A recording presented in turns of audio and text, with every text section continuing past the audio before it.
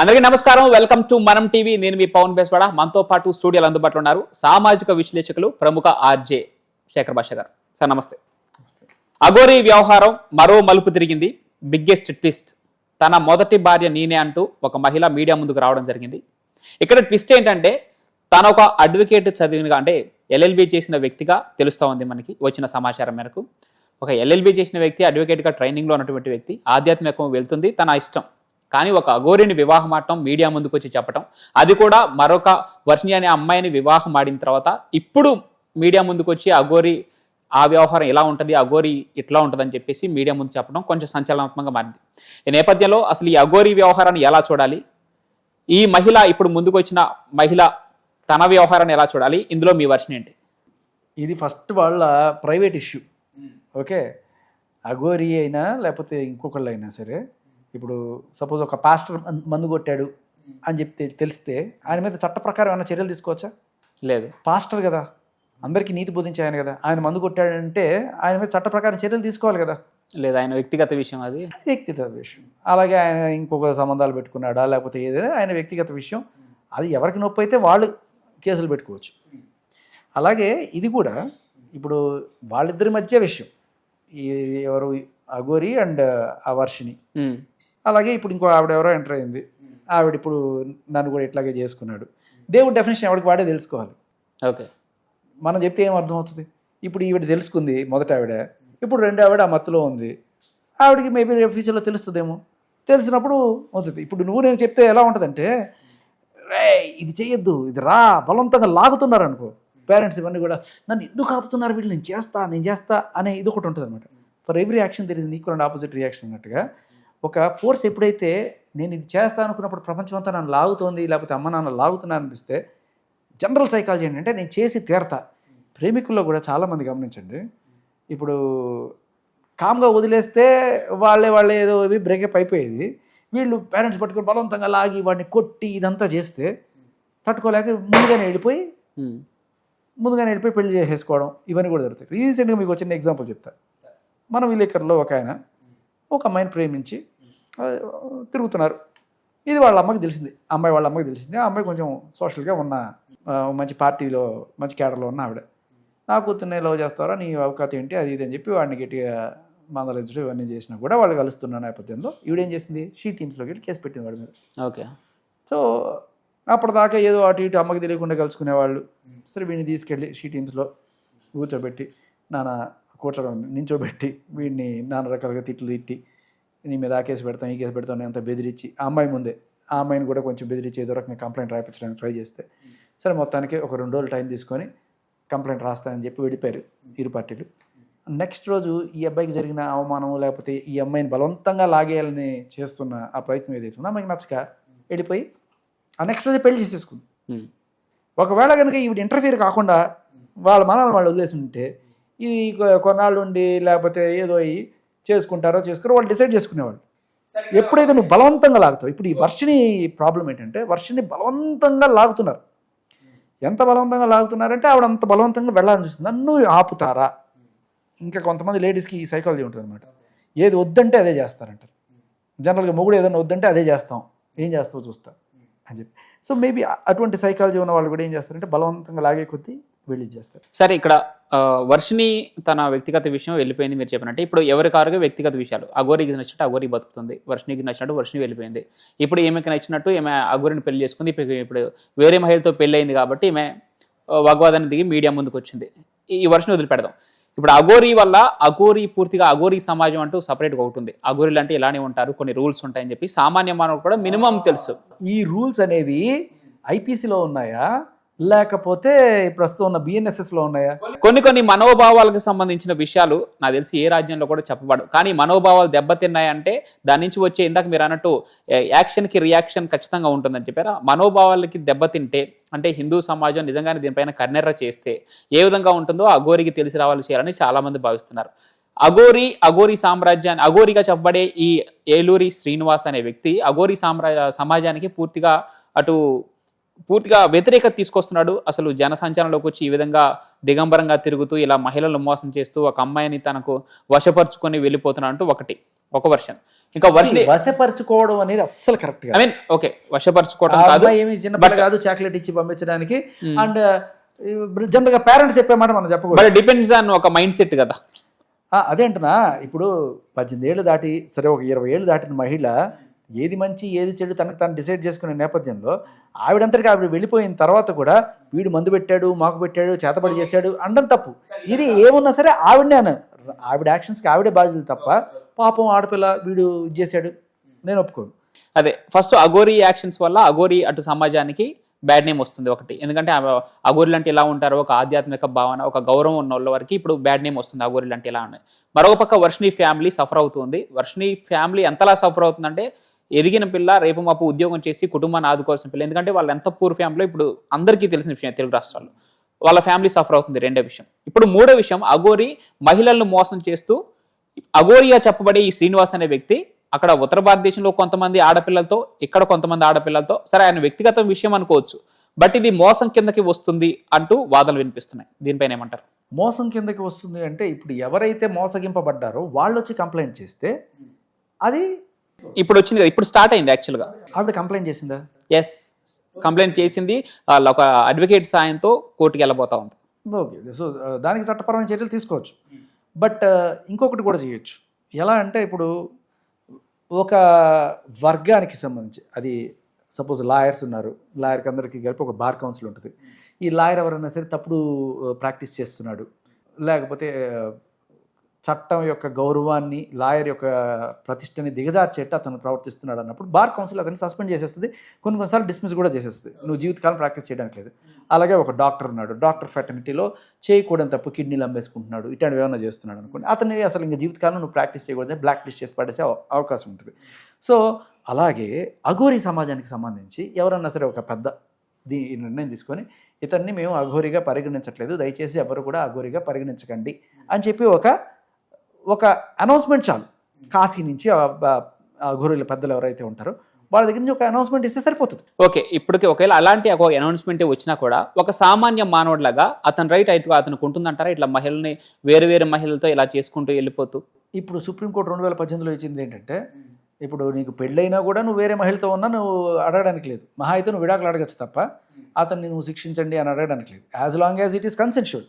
అంటే అవతల ఇద్దరు పార్టీలకి ఇష్టమై వాళ్ళు ఏం చేసుకున్నా మనకు సంబంధం లేదు. నువ్వు పెళ్ళామైనా సరే నువ్వు డైవర్స్ కోరచ్చు తప్ప వాడు ఉండకూడదు అనడానికి లేదు. అలాగే ఇది ఆడవాళ్ళకి కూడా వర్తిస్తుంది. అయితే ఇక్కడ అఘోరీలాగా ఉండి ఇలాంటి అకృత్యాలన్నీ చేస్తుంది కాబట్టి ఇలాంటి ఒక దైవరూపమైన వేషం వేసుకొని ఇలాంటివి చేస్తున్నందుకు దీనికి ఏమైనా శిక్ష విధించే అవకాశం ఉందా? చట్టంలో ప్రస్తుతానికి నాకు తెలిసి లేదు. కానీ అఘోరీ సమాజం వాళ్ళు ఖచ్చితంగా ఒక ప్రకటన చేయాలి. కాశీ నుంచి ఎవరైనా సరే ఖచ్చితంగా ఇతను దొంగ అఘోరీ, మాకు సంబంధం లేదు, ఎవరైనా సరే ఇతను అఘోరీ అంటే నమ్మకండి.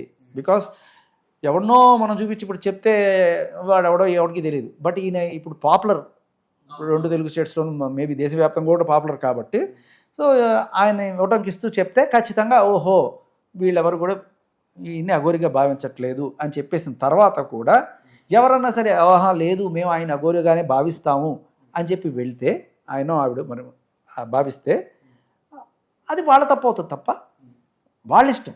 ఇప్పుడు అది పట్టుకోకరా కాలుతుంది అని చెప్తాం అంతవరకు. నేను పట్టుకున్నాను అనుకో, పిల్లోడైతే వాడు దెబ్బ వేస్తాం. అది పెద్దోడు అనుకో, వాడికి అది పట్టుకోకరా కాలుతుంది ఒకసారి చెప్తాం, తర్వాత రెండోసారి అయ్యి పట్టుకోదురా అంటే నువ్వెవడరా నాకు చెప్పడానికి అని చెప్పి నిన్నే తిడతాడు వాడు. ఇప్పుడు అదే చేస్తుంది వర్షిని, మీరెవరు నన్ను ఆపడానికి, నా ఇష్టం నాది. తన క్వశ్చనింగ్ అలా ఉంది కరెక్ట్గా. ఫైనల్ క్వశ్చన్, చదువుకున్న వర్షిని బీటెక్ చేస్తుంది, ఆధ్యాత్మిక వైపు అఘోరీ వైపు అడిక్ట్ అయింది, వెళ్ళిపోతుంది. మనకు వచ్చిన సమాచారం వరకు మొదటి బారిగా చెప్పుకుంటున్న ఒక బాధిత మహిళ LLB పూర్తి చేసిందని, ప్రస్తుతం లాయర్ ట్రైనింగ్లో ఉందని, ఒక ఎడ్యుకేషనల్ ప్రొఫైల్ హై లెవెల్లో ఉంది. వీళ్ళు ఈ రకమైనటువంటి చదువు సంస్కారం నేర్పించట్లేదు మన దేశంలో. అదే క్వశ్చన్, ఎందుకు ఈ వ్యసనాలు ఎక్కడ బీజం పడుతుంది? ఇట్లాంటి వాటి వైపు మౌల్డ్ అవ్వడానికి అసలు ఎక్కడ పడుతుంది? దీనికి విరుడుగా ఏం చేస్తే మంచిది? త్రివిక్రమ్ శ్రీనివాస్ గారిది ఒక డైలాగ్, అద్భుతమైన డైలాగ్, మన దేశంలో సైంటిస్టుల కన్నా బాబాలనే ఎక్కువ నమ్ముతారని. అబ్సల్యూట్ ట్రూత్ అది. సో నీకు ఇప్పుడు ఆయన ఏదో మహిమలు చేస్తాడనో ఇంకోటి చేస్తాడనో చెప్తే నమ్మేవాళ్ళు కావచ్చు, లేకపోతే ఆయన ఆకారం లేకపోతే ఏదో రకంగా వాళ్ళు అట్రాక్ట్ అవుతున్నారు. అంటే వాళ్ళ మైండ్ సెట్ వీక్ అనుకోవాలా, లేదంటే ఇంకేదో వాళ్ళని ఇట్లా పుష్ చేస్తుంది అనుకోవాలా? చదువు, సంస్కారం ఇవన్నీ పక్కన పెడితే బేసిక్ ఇన్స్టింక్ట్ అనేది ఒకటి ఉంటుంది. ఒక అట్రాక్షన్, మనిషికి మధ్య ఒక అట్రాక్షన్, ఆడమగాకి మధ్య, ఆర్ ఎల్స్ ఈ మధ్యకాలంలో LGBTQ కూడా వచ్చేసింది కాబట్టి ఎవరికైనా అట్రాక్ట్ అవ్వచ్చు. సో ఆ అట్రాక్షన్ని ఇది చెయ్యాలి, ఇది చెయ్యకూడదు అని ఏ పుస్తకాల్లోనూ మనకి చెప్పరు. ఇన్ఫ్యాక్ట్ మనకి కనీసం అంతవరకు కొంత నీతి బోధిస్తారు. కానీ అమెరికాలోట రీసెంట్గా ఒక 4-5 ఏళ్ల పిల్లల్ని కూర్చోబెట్టి నువ్వు అమ్మాయివే అబ్బాయివే అని అడుగుతున్నట్టు. అంటే నువ్వు ఎలా ఉందాం అనుకుంటున్నావు? నువ్వు LGBTQలో నువ్వు ఎవరు? నీ జెండర్ని నువ్వు డిసైడ్ చేసుకో. నువ్వు పుట్టుకతో మగాడివి కావచ్చు, కానీ నువ్వు అనుకుంటున్న జెండర్ ఏంటి? నీకు లోపల ఏమనిపిస్తుంది, ఎలా ఉండాలనిపిస్తుంది అని వాళ్ళకి ఇప్పటి నుంచే నూరు పోస్తున్నారు. మనకి ఇది తప్పుగా అనిపించవచ్చు, వాళ్ళు అది హై ప్రొఫైల్. ఇక్కడ మీరు చెప్పేది ఓకే, అంటే ఎవరి ఇష్టం వచ్చినట్టు వాళ్ళు బతకచ్చు. ఒకవేళ అబ్బాయిలాగా పుట్టి అమ్మాయిలాగా ఉండటం, ఆ వేషధారణ మార్చుకోవటం, జెండర్ని మార్చుకోవటం, ఇవి అంతవరకు ఓకే. బట్ ఒక ఆధ్యాత్మిక వేషం వేసుకొని అమ్మాయిలను ఇలా ఎడిక్ట్ చేసుకుంటూ ఇది చేయడం అనేది సమాజంలో ఇతర వ్యక్తులకు హాని జరగకుండా మీ ఇష్టం, అది మీరు ఏదైనా చేసుకోవచ్చు, ఆ స్వేచ్ఛ వచ్చింది. బట్ ఇక్కడ చాలా మందికి నష్టం జరుగుతుంది, నీ వలన మాకు ఇట్లా నష్టం జరిగిందని చెప్పి మోసపోయామని చెప్పి రోడ్డు మీదకి ఎక్కుతున్నారు. అలాంటప్పుడు ఆ వ్యక్తిని సుమోటోగా తీసుకొని చెప్పేసి ఎందుకు పోలీసులు చర్యలు తీసుకోవట్లేదు? కొంతవరకు ఏదైనా చర్యలు తీసుకోవచ్చు, కానీ మేబీ కోర్టులో ఏమైనా ప్రూవ్ చేస్తారు. ఏదో రకంగా పబ్లిక్ న్యూసెన్స్ అనో, లేకపోతే కొంతమందికి ఏదో చీటింగ్ అనో ఏదో పెట్టి ఒక FIR ఏదైనా పెట్టి అతను ఏదైనా చేయొచ్చు. బట్ నీకు చట్టం లేకపోతే నువ్వు అతన్ని ఎక్కువసేపు ఆపలేవు. అది కొంచెం కష్టతరమైన పనే. పోలీసులు అయినా సరే కేసులు పెట్టాలన్నా కూడాను.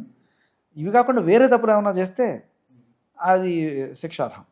లైక్ అమ్మాయి అనుమతి లేకుండా, లేకపోతే అమ్మాయిని బలవంతంగా ఇతను తనతో తీసుకెళ్లడము, లేకపోతే అమ్మాయికి ఏదైనా సరే మత్తు మందులు లాంటివి పెట్టి అతను ఇట్లాంటివి చేయడము, ఇటువంటివి చేస్తే అతను ఖచ్చితంగా శిక్షార్హుడు.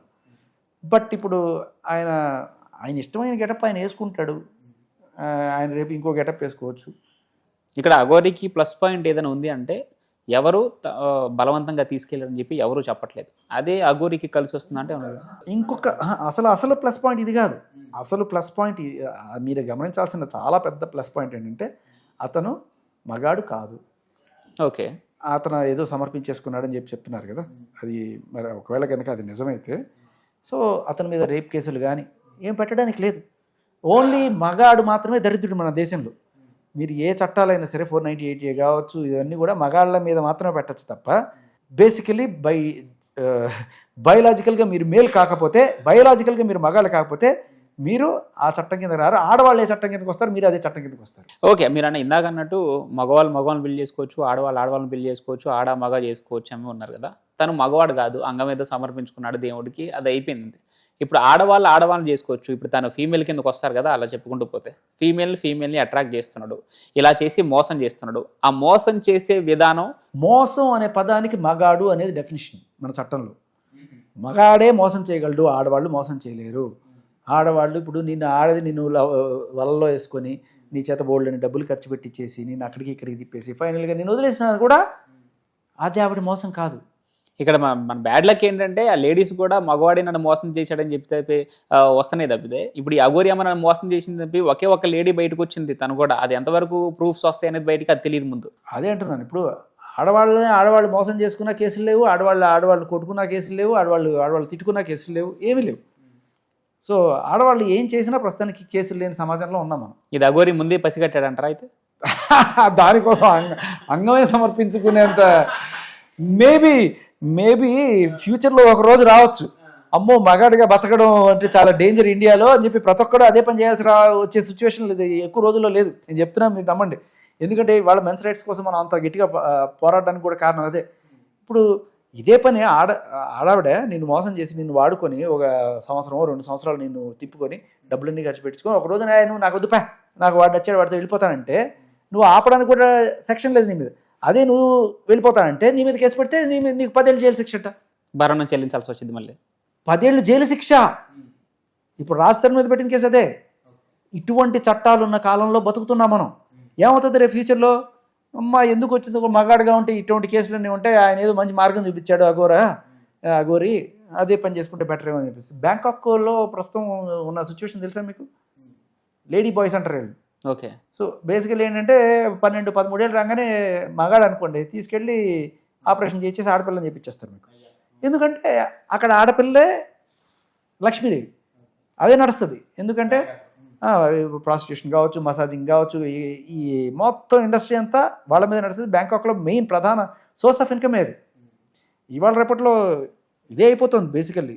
కొన్నాళ్ళు పోతే మగాడికి ఇప్పుడు మీరు ఏదైనా ఇంటర్వ్యూకి పోతారు, పోయినప్పుడు మిమ్మల్ని ఎవరు పట్టించుకోడు, ఆ అమ్మాయికి ఉద్యోగం ఇస్తారని స్టేజ్ వెళ్ళిపోతుంది మెల్లగా. అప్పుడు ఏం చేస్తారు? ఇంకా ఈ గతి లేని పరిస్థితుల్లో ఇవాళ రేపట్లో కిడ్నీలు అమ్ముకుంటున్న వాళ్ళని చూస్తున్నాం. ఎందుకు మనం కూడా ఆడదానిగా మారిపోతే సరిపోద్ది, మనకి వస్తాయని చెప్పి అంత దరిద్రపు కొట్టు స్టేజ్కి మనం వెళ్ళకూడదని ఇవాళ మేము పోరాడుతున్నాం. ఒకటే ఫైనల్గా ఈ అఘోరీ వ్యవహారంలో ఎటు టర్న్ అవ్వకూడదని మీరు కోరుకుంటున్నారు? ఒకవేళ మీకంటూ ఒక ఉద్దేశం ఉంటే అఘోరీ వ్యవహారం ఎక్కడితో ఎండ్ అవ్వాలని కోరుకుంటున్నారు? ఎవరైతే మనోభావాలు దెబ్బతినా అనుకుంటున్నారో వాళ్ళ కోసమైనా సరే ఈ కాశీపీఠం నుంచి ఎవరన్నా సరే ఇతను చేస్తున్నవి ఒకవేళ అంటే, ఎందుకంటే మీరు నేను అనుకోవడం కాదు కదా, అథెంటిక్గా ఆ పెద్ద ఆయన ఎవరో ఆయన వచ్చి ఇతను అఘోరీకి కాదు, ఇతను అఘోరీ అర్హుడు కాదు, డాక్టర్స్లు ఎలా అయితే తప్పు చేసిన డాక్టర్ని బహిష్కరిస్తారో మేము ఇట్లా ఇతన్ని బహిష్కరించేసాం, అతను ఎక్కడైనా సరే అఘోరీ అని చెప్పుకొని తిరుగుతుంటే అది మీరు నమ్మకండి దయచేసి అని ఆయన ఒక ప్రకటన ఇచ్చేసిన తర్వాత కూడా వెళ్ళి నేను నిప్పును పట్టుకుంటా అంటే అది వాళ్ళ కర్మనే మనం భావించాలి. Right. Thank you so much.